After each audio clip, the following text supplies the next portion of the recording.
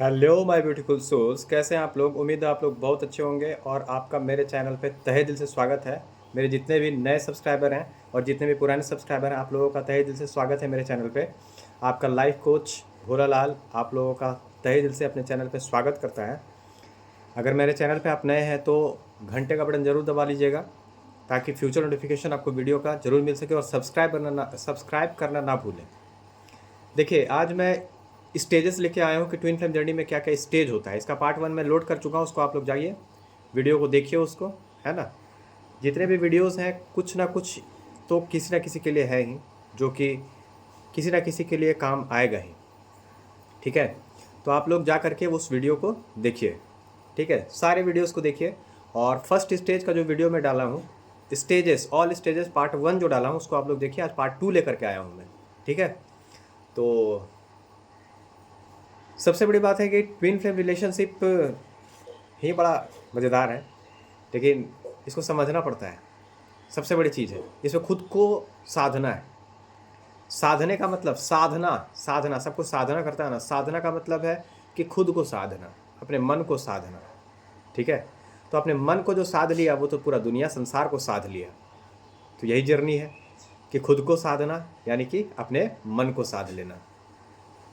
तो आज का जो टॉपिक है ये twin flame journey all stages part 2 है ये। तो इसमें स्टेजेस कितने होते हैं वो सब मैं बताऊंगा अच्छे से, जो अपने एक्सपीरियंस है उसको बताऊंगा। तो ट्विन की कहानी, ट्विन की जुबानी में आप लोगों का स्वागत है, समझे। तो देखिए, सबसे बड़ी बात क्या है ना कि आप ट्विन से अपना मिलते कब है।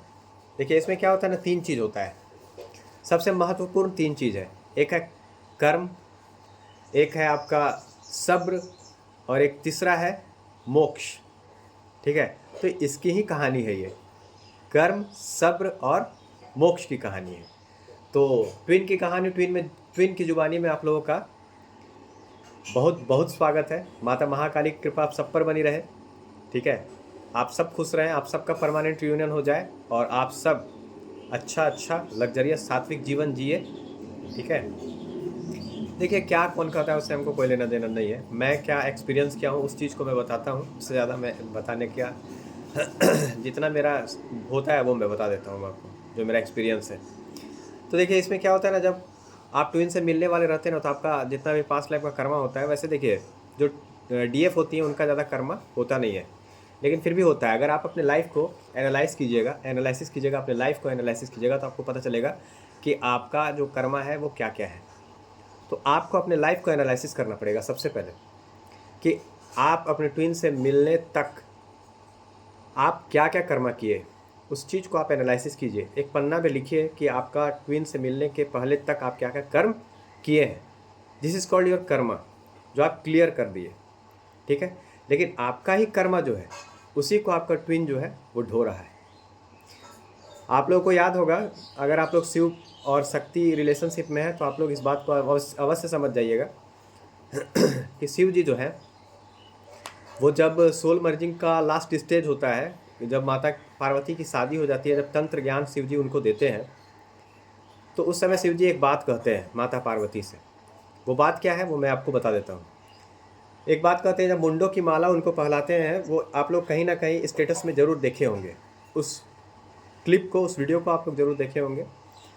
तो उसमें माता पार्वती से भोलेनाथ कहते हैं कि जैसे प्रश्न पूछते हैं माता पार्वती से, जो है वो शिव जी नहीं रहते हैं, शिव जी ध्यान में रहते हैं, तो वो आत्माओं के रोने की आवाज़ आती है एक गुफा से। उस गुफा में किसी को भी जाने की अनुमति नहीं होती है, शिव जी ही केवल जाते हैं वहाँ पे, और कोई नहीं जाते। ठीक है, तो वहाँ पर बहुत सारे चीखने चिल्लाने की आत्माओं की जब आवाज़ आती है, तब वहाँ पर भोलेनाथ के अनुपस्थिति में माता पार्वती जाती हैं और पूछती हैं उन लोगों से। बहुत सारी आत्माएं वहाँ पे रहती हैं, पूछते हैं कि आप लोगों के दुख का कारण क्या है, आप लोग इतना तड़प क्यों रहे, इतना दुख में क्यों हैं आप लोग, क्या कारण है बताइए।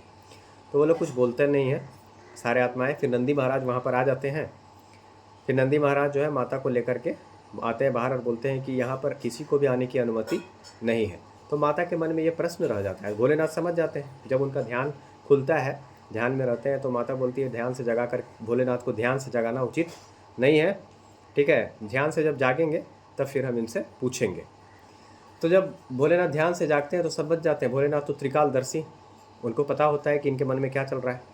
पूछते हैं तो भोलेनाथ से माता पूछती है कि मेरे व्यथा का कारण ये है, मैं ये सोच रही हूँ कि उन लोगों के वो जो आत्माएं हैं वो किसकी है, ये मुंडों की मालाएं हैं किसकी है। ठीक है, तो भोलेनाथ कहते हैं ठीक है, अब तुमको तंत्र ज्ञान देने का समय आ गया है, अब मैं तुमको तंत्र ज्ञान दूंगा। जब माता पार्वती से उनकी शादी हो जाती है उसके बाद की बात है ये।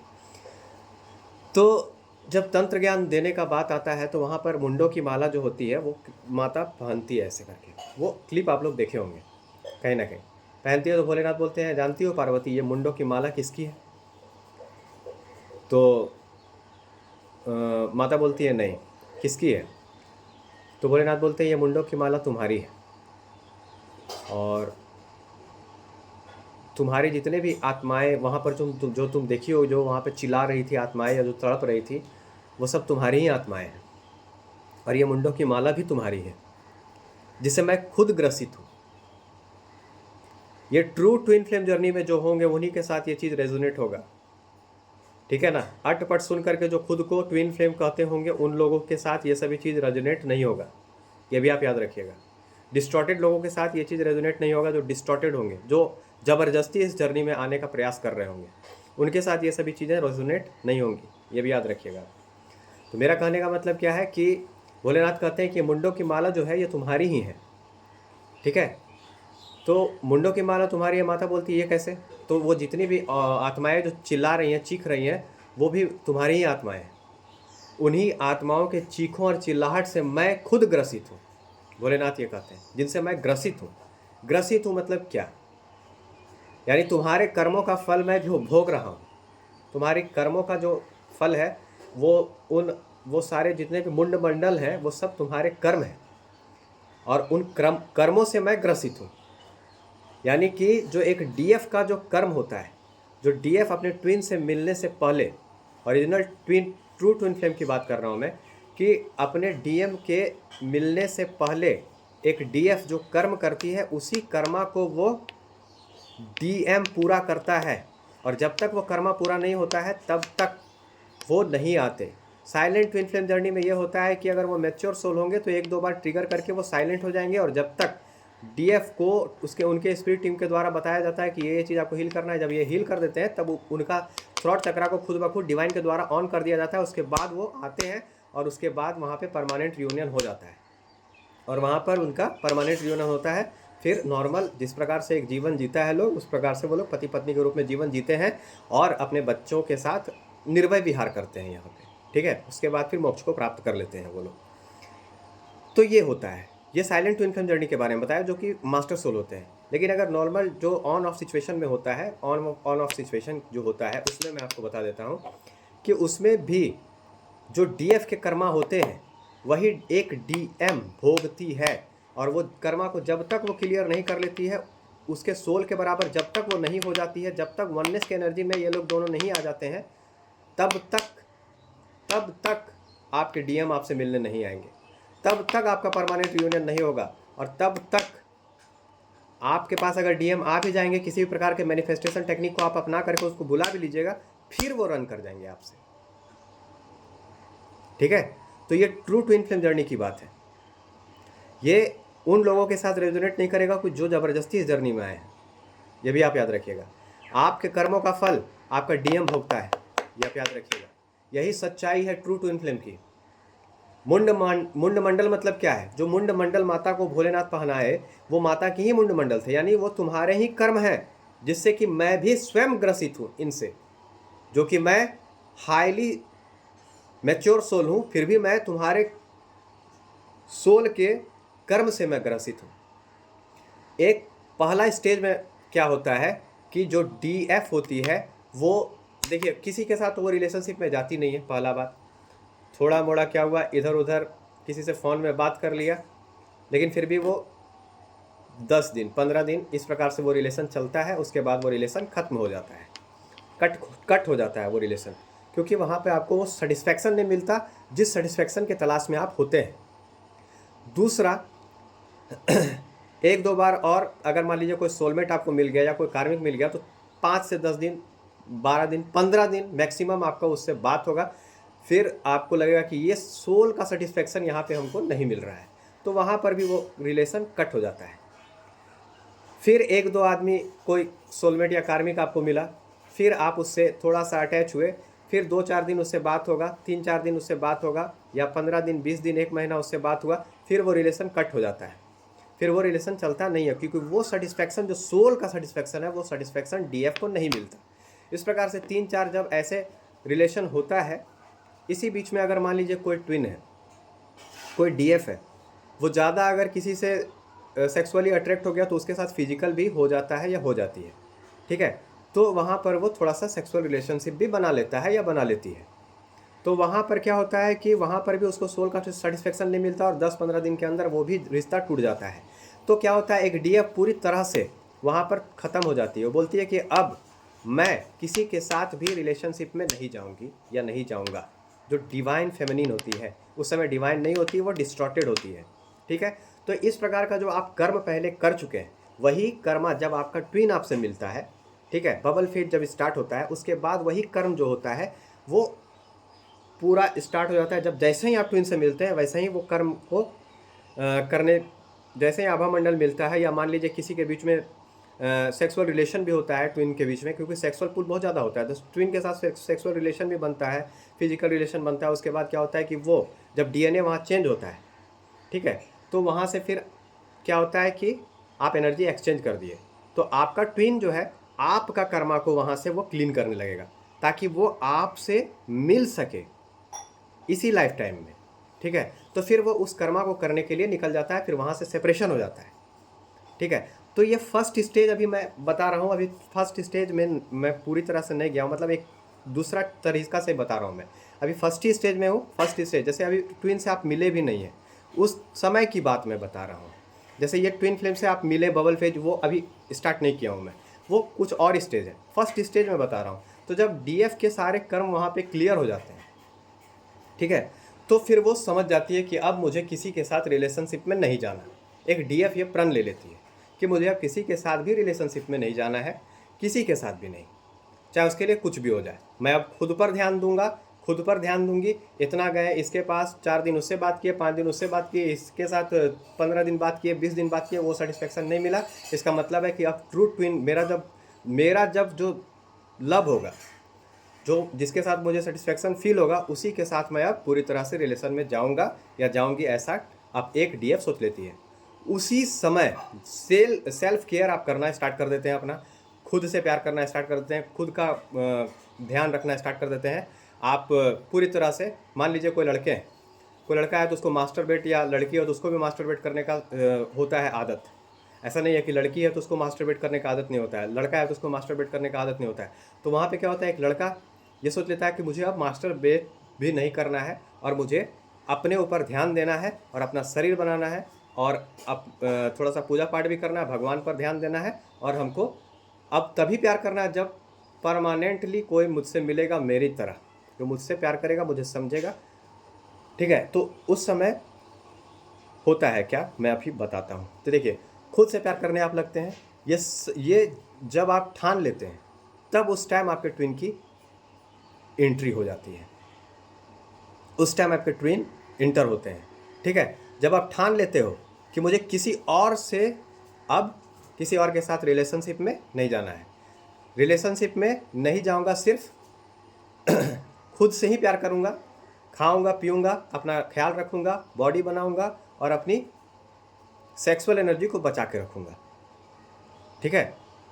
मास्टरबेट भी नहीं करूंगा। एक लड़का या लड़की ये सोच लेती है, उस समय उसके ट्विन की एंट्री हो जाती है उसके जीवन में, ठीक है। बहुत सारे केस में अलग अलग भी हो सकता है, लेकिन ट्रू ट्विन फ्लेम के बारे में बता रहा हूँ मैं, पहले बात को समझ लीजिएगा। उसके बाद क्या होता है, उसी टाइम आपके ट्विन का आगमन हो जाता है, भगवान पर बिलीव स्टार्ट हो जाता है आपका। जब आत्मा से प्यार करने की चाह होगी, आपको लगेगा कि नहीं, अब मैं किसी से फिजिकल रिलेशन में तब तक नहीं जाऊंगा, या किसी से तब तक मैं रिलेशनशिप में नहीं जाऊंगा, या फिजिकल रिलेशन तो दूर रहे, मैं रिलेशनशिप में ही तब तक नहीं जाऊंगा, तब तक जब तक परमानेंटली मुझे कोई कमिटमेंट ना दे दे, तब तक, ठीक है। तभी आपके ट्विन की एंट्री होती है। अब मतलब जैसे आपको लगेगा कि अब आज तक प्यार नहीं मिला, अब कब मिलेगा, ठीक है, इतना टाइम हो गया, अब कब मिलेगा, इतना ईयर हो गया, अब कब मिलेगा, ऐसा आपको लगेगा। ठीक है, तो तब मतलब उसके बाद देखिए बहुत सारी चीज़ें होंगी। जैसे मैं अपने बारे में थोड़ा सा बता देता हूँ आपको कि जब मैं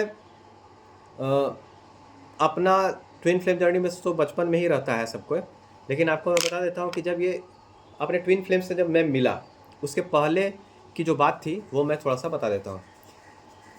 बचपन से खालीपन तो लगता ही था, किसी से प्यार व्यार मान लीजिए उतना ये अट्रैक्शन नहीं हुआ, किसी से भी नहीं। ठीक है, मतलब किसी को भी हमेशा, मतलब मैं सबको अपने प्रेम पूर्वक निगाह से ही देखता था, किसी को भी मतलब ये नहीं है कि गलत निगाह से देख लिया, या कोई लड़की हो या कोई, किसी को भी गलत निगाह से नहीं देखता था। मतलब बचपन से ही मतलब दूसरे टाइप का था मैं किसी को भी गलत निगाह से नहीं देखना, ऐसा मेरा था। लेकिन मेरे दोस्त लोग थोड़ा सा, एक दो थे वो थोड़ा बदमाश थे, उदंड थे, उस प्रकार के भी उदंड नहीं थे, समय का दोस्त था। ठीक है, तो वो लोग भी उदंडता थे, तो थोड़ा मोड़ा जब ये सब होने लगा तो उन लोग का बात सुनते थे, तो हमको भी थोड़ा सा ये सब लगता था कि हमारे साथ भी कोई हो, मेरे से भी कोई प्यार करे, हम भी किसी को घुमाएं, ऐसा लगता था हमको। ठीक है, उसके बाद बहुत सारा चीज़ हुआ, लेकिन कोई 2 दिन 4 दिन इस प्रकार से मान लीजिए आप किसी से बात किए या किसी के साथ मान लीजिए कोई मैसेज कर दिया तो 2-4 बार बात कर लिए, फिर 1-2 बार बात कर लिए इस टाइप से, लेकिन वो सेटिस्फेक्शन नहीं मिलता, तो लगता था जैसे कोई हटा रहा है वहाँ से, तो वहाँ से उसको भी हटा दिया जाता था, हटा देते थे हम। उसके बाद क्या होता था, फिर किसी से बात ही हम नहीं करते थे, नहीं। और आपको मैं बता देता हूँ कि अपने ट्विन से मिलने तक मैं पूरी तरह से मतलब क्या कहते हैं, किसी भी लड़की के साथ मैंने सेक्सुअल रिलेशन नहीं बनाया था। अपने ट्विन से मिलने तक मैंने किसी भी लड़की के साथ सेक्सुअल रिलेशन नहीं बनाया, ये आप जान लीजिए। तो ऐसा हुआ था मेरे साथ, किसी के प्रति वो आकर्षण ही नहीं हुआ था, किसी के प्रति भी किसी के साथ मैं सेक्सुअली इन्वॉल्व नहीं हुआ अपने ट्विन के साथ, ट्विन से मिलने के पहले तक। ठीक है, उसके बाद देखिए ये फर्स्ट रिलेशन ये हुआ, उसके बाद वर्जन ही था, तो बहुत सारे दोस्त लोग थे मेरे, ज़्यादा दोस्त थे नहीं। ठीक है, एक ही दोस्त था मेरा, तो वो बोलता था मास्टर आज तक तुम ऐसे नहीं किया है, वो नहीं किया, ऐसे वैसे बोलता था वो। हम बोलते थे नहीं, देखो जब तक वो अब आ नहीं जाती है जो मेरी है, तब तक मैं किसी के साथ ये नहीं कर सकता। हमको लगता है कि ये गलत है, मुझे लगता है कि ये गलत है, किसी और के साथ करना उचित नहीं है। तो ये मेरा जो प्यार है ये मेरे पत्नी के लिए ही होगा, और उसी के लिए मैं संजो करके इसको रखूँगा। ठीक है, तभी धपाक के मेरे ट्विन की एंट्री हुई, समझे। उसके बाद मेरा जीवन पूरी तरह से बदल गया, मैं एकदम क्या कहते हैं उसको, हल्क से अभी थोड़ा सा ये हो गया तो मेरा बहुत सारा चीज़ बताऊंगा आप लोगों को। ठीक है, तो देखिए जब मेरा कर्मा किसी के साथ भी उस प्रकार का नहीं था कि मैं किसी के साथ फिजिकल नहीं हुआ, तो मेरा ट्विन जो है वो भी जब कर्मा क्लियर करने के लिए गया, जब हम लोग का सोल मर्जिंग हुआ, जब हम लोग का बबल फेज हुआ, तो हम लोग एक दूसरे के साथ बहुत समय बिताए, बहुत टाइम बिताए, बहुत गोल्डन पीरियड था वो, और फिर गोल्डन पीरियड हम लोग बिता रहे हैं। ठीक है, लेकिन मैं जब किसी के साथ फिजिकल नहीं हुआ, तो मेरा ट्विन भी किसी के साथ फिजिकल नहीं हुआ। This is the true twin flame journey. वो भी किसी के साथ फिजिकल नहीं हुआ, वो भी किसी के साथ सेक्सुअली इन्वॉल्व नहीं हुआ, क्योंकि ये मैं जानता हूँ। और ट्रू ट्विन फ्लेम में क्या होता है कि आपका ट्विन आपसे झूठ कभी बोल ही नहीं सकता। ठीक है, आप अपने ट्विन से, आप अपने काउंटर पार्ट से झूठ नहीं बोल सकते, या आपका काउंटर पार्ट आपसे झूठ कभी बोल नहीं सकता। जब मैं गंगा की तरह पवित्र था, तो मेरी जो अब तो पत्नी कह सकते हैं आप, ठीक है, तो वो भी गंगा की तरह पवित्र थी, मेरे से मिली उस समय भी, तो वो गंगा की तरह ही पवित्र थी। उसके बाद जब कर्मा क्लियर करने गई, तो वो भी 2-4 लड़का लोग से थोड़ा मोड़ा मान लीजिए कॉल पे बात हुआ, जो कर्मा मेरा था वो क्लियर की कॉल पे बात हुआ, फिर और मतलब कुछ भी वैसा नहीं हुआ, क्योंकि मैं किसी के साथ फिजिकल नहीं हुआ, जिसके कारण वो किसी के साथ फिजिकल नहीं हो पाई, समझे। तो जितना कर्मा था वो क्लियर करके और फिर मेरे पास आई, और ट्विन जो है आपको कभी भी झूठ नहीं बोल सकता है, ये आप जान लीजिए, ठीक है। कभी भी झूठ नहीं बोल सकता है, समझे। तो आपसे कभी भी वो झूठ नहीं बोलेगा। तो ये ऐसा होता है। तो ये ट्रू ट्विन फ्लेम जर्नी में होता है। ऐसा नहीं है कि ये नहीं है। जैसे मैं क्या था, मैं अपने बारे में बता देता हूँ कि जैसे मेरा फर्स्ट स्टेज में जब मैं था, तो सारा कर्मा जब मैं क्लियर कर लिया, किसी के साथ तो फिजिकल में हुआ नहीं था, तो फिर मैं सोच लिया था कि जब मैं हजारीबाग से आया, यहाँ हजारीबाग पढ़ने के लिए गया था मैं, ठीक है। वहाँ से मैं आया, वहाँ पर भी किसी के साथ में फिजिकल नहीं हुआ। जो भी कर्मा बाकी था वो सारा कर्मा में कंप्लीट करके टेनू घाट पहुँच गया। जब मैं टेनू घाट पहुँचा, टेनू घाट आया तो उससे मुलाकात हुई। टेनू घाट मेरा घर है, वो बोकारो झारखंड में पड़ता है ना। तब जब मैं टेनू घाट आया तो मैं सोच लिया कि अब मुझे खुद पर ध्यान देना है और अपना शरीर बनाना है, बॉडी बनाना है। तो फिर यहाँ मैं जिम ओपन किया, जहाँ मैं रहता हूँ वहाँ पे मैं जिम ओपन किया। देखिए, बचपन से ऐसा मुझे लगता था कि मैं मैनिफेस्टेशन जानता हूँ, मैनिफेस्टेशन, क्योंकि मैं किसी भी चीज़ को चाहता था तो माता की कृपा से वो चीज़ मुझे मिल ही जाता था। ऐसा कुछ भी नहीं था कि मुझे मिलता नहीं था, ठीक है। तो मैं जब आया यहाँ जिम ओपन करने के लिए, मैं सोचा जिम ओपन भी कर दिया। छोटा मोटा जिम था, बहुत सारे लड़के भी आते थे, मैं जिम चलाता था, बॉडी बनाना स्टार्ट कर दिया। उसके बाद मेरे ट्विन से मेरी मुलाकात हुई। उसके पापा ही बोले थे कि आपको, उस पूरा भी नहीं बताऊंगा कहानी हम लोग मिल करके बताएंगे आपको, पूरा नहीं। उसके पापा ही हमको बोले थे कि आइए। तो मैं टालता था, उतना मैं ध्यान नहीं दे रहा था, ठीक है, मैं टाल दे रहा था। लेकिन सबसे पहले मैं उससे मिला था 2017 में। उस समय सुल्तान मूवी रिलीज हुआ था, समझे ना। तो मैं उससे मिला था जब मैं कराटे सीखता था ना, उस समय मिला था उससे। तो एक झलक उसको देखा था। उसके बाद वो चली गई थी हजारीबाग। मैं हजारीबाग से आया और वो हजारीबाग फिर चली गई पढ़ने के लिए। मैं पढ़ के आया और वो हजारीबाग चल गई पढ़ने के लिए। तो एक झलक ही वहाँ पर हम उसको देखे थे। लेकिन पता नहीं, वो हमेशा मेरे दिमाग में रहती थी, हमेशा। मान लीजिए 17 में हम उसको देखे, ठीक है, 2017 में। और उसके बाद फिर हमको लगता है कि 1 से 2 बार, वो 3 बार कराटे क्लास में आई। उसके बाद फिर वो वहाँ से चली गई हजारीबाग पढ़ने के लिए। उसके बाद फिर वो उतना भी दिमाग में मेरा नहीं रहती थी, लेकिन रहती थी थोड़ा मोड़ा। मतलब मैं सोचता था, क्योंकि मैं बिजी रहता था, पढ़ाता था। थोड़ा मोड़ा मैं उसके बारे में कभी ना कभी मैं सोच लेता था उसके बारे में। तो एक दिन क्या हुआ कि मैं जा रहा था, तो माता पर थोड़ा सा भरोसा था। उस समय मैं जिम जाता था, बॉडी बना रहा था, है ना। तो माता से बड़ा फ्रेंकली मैं बात करता था, माता महाकाली से, माता दुर्गा से, बड़ा प्यार से बोला कि माता, ये लड़की मेरे दिमाग में एनी टाइम रहती है, क्या बात है, एक काम कीजिए, इसको मेरे पास ले ही आइए, एक बार हम उसको मिलना चाहते हैं। ऐसा हम माता रानी को कहे।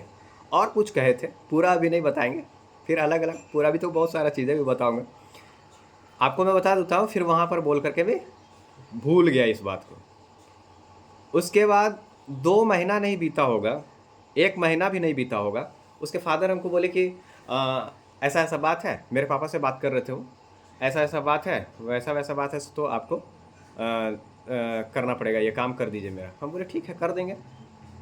तो हम बोले ठीक है, कर देंगे।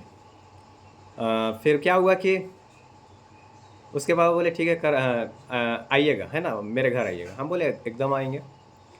फिर मैं बिजी इतना हो जाता था काम में कि नहीं गया। मतलब हमको लगता है कि अप्रैल में ऐसा बात हुआ होगा, फिर 22 मई बीत गया, मई, फिर मई में भी मैं नहीं गया।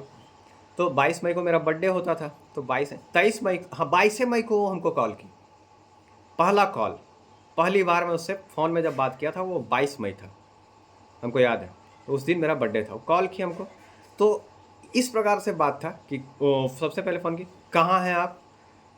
हम बोले अरे, आज तक इस प्रकार से मेरे से कोई बात नहीं किया भाई कि कहाँ हैं आप, जान ना पहचान। मतलब वो थोड़ा सा खाली जानती थी उसके मेरे बारे में। तो उसके घर में बात होता था कि फलना जो है वो ऐसा ऐसा करने आ रहा है, ठीक है।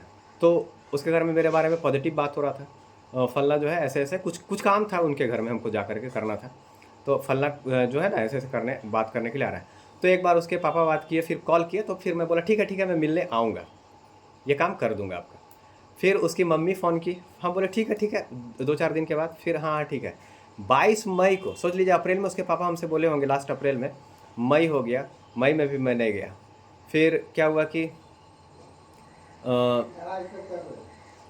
22 मई हुआ, फिर मैं वो कॉल की कि कहाँ हैं आप, तो हम बोले हम तो यहाँ पे हैं। ठीक है आइए, आपको बुलाया था, आप आ नहीं रहे। अच्छा, हम बोले ठीक है आ रहे हैं। पता नहीं उसका क्या बात हुआ, मैं सारा काम छोड़ करके वहाँ से फिर सबसे पहले उससे मिलने चल गया।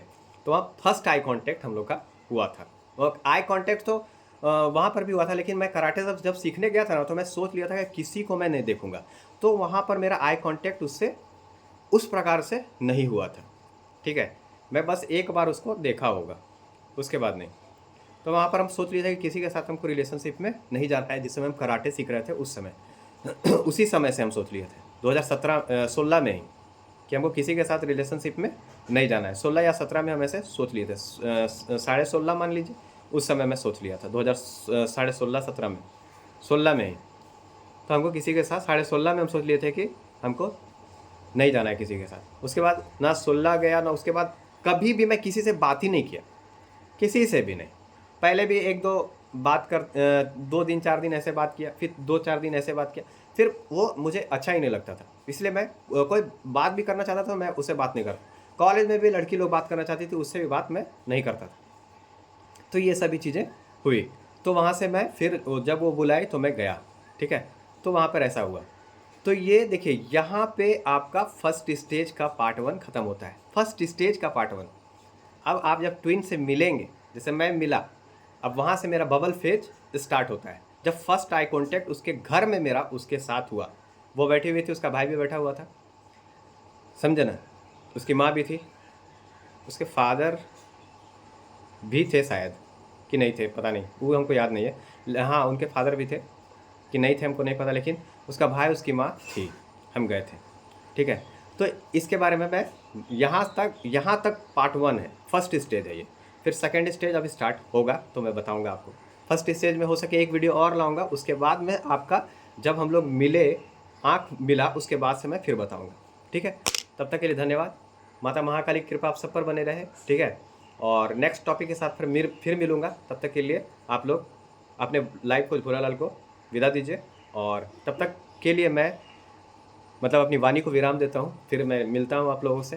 तब तक के लिए धन्यवाद, थैंक यू वेरी मच। माता की कृपा आप सब पर बनी रहे।